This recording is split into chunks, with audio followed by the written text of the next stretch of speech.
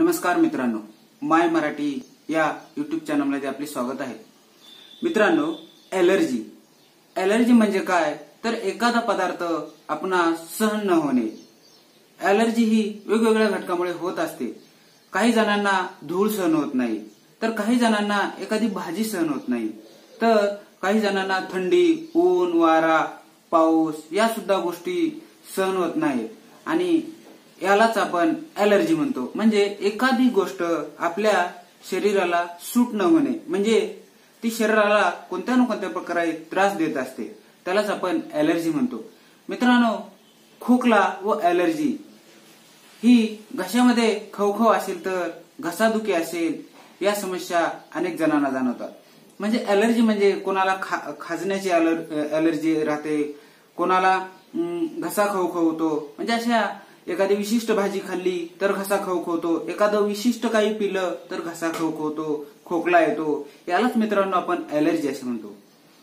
मित्रांनो, खोकला येतो म्हणजे नेमकं काय होतं, आपल्या शरीरामध्ये जे जास्त प्रमाणात झालेला कफ असतो तो बाहेर टाकण्याचा प्रयत्न करतो आणि त्यामुळेच आपल्याला खोकला येतो। तसेच कोरडा खोकला पण येतो।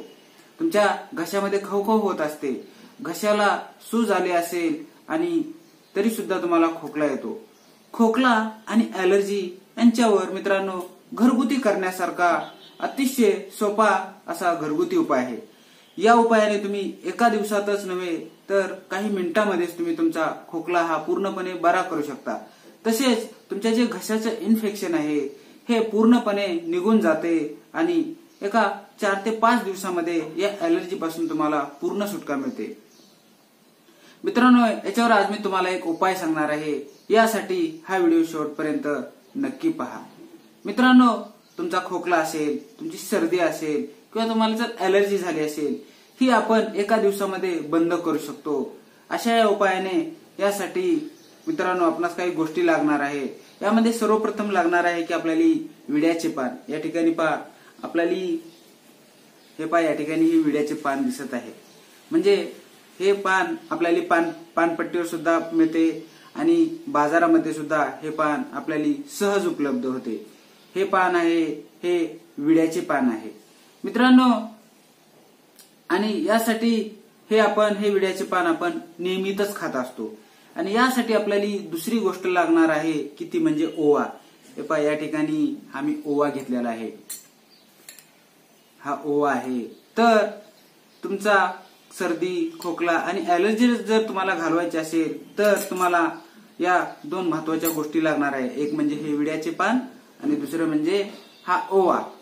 मित्रांनो, प्रत्येकाच्या घरामध्ये हा ओवा सुद्धा उपलब्ध असतो, म्हणजे किचन मध्ये हा नेहमीच उपलब्ध असतो।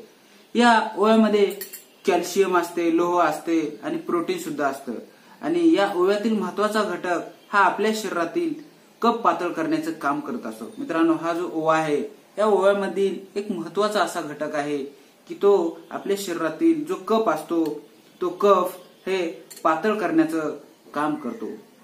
मित्रांनो, तसेच हे जे नागलीचे पान आहे या नागलीच्या पानामध्ये कॅल्शियम असतं, केरोटीन, थायमिन असे भरपूर प्रमाणामध्ये याच्यामध्ये जीवनसत्व असतात। या नागलीच्या पानामध्ये खनिजे सुद्धा मोठ्या प्रमाणावर असतात।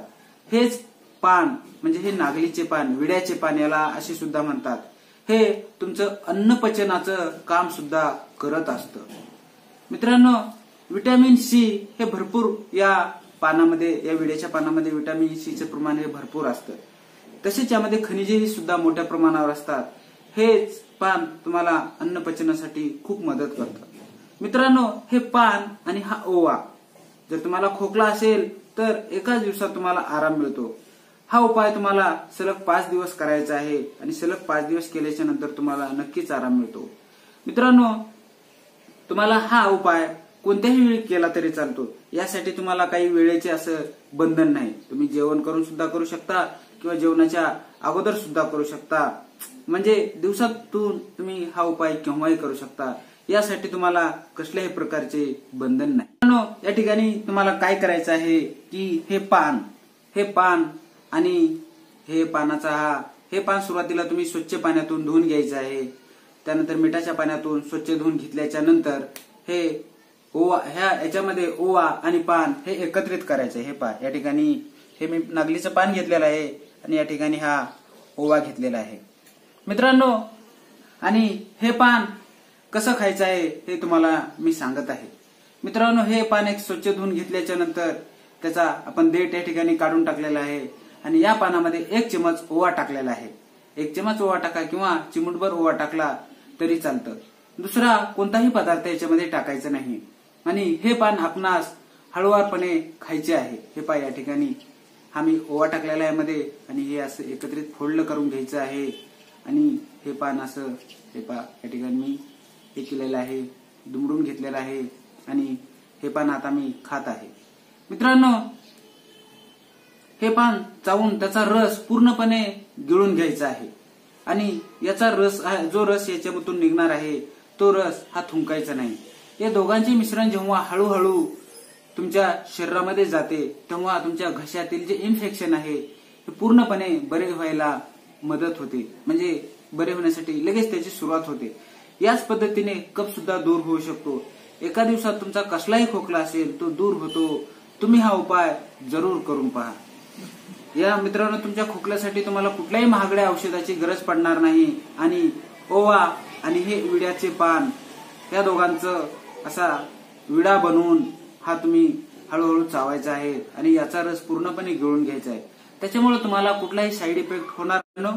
हा व्हिडिओ आवडला लाईक करा, शेअर करा, सबस्क्राईब करा.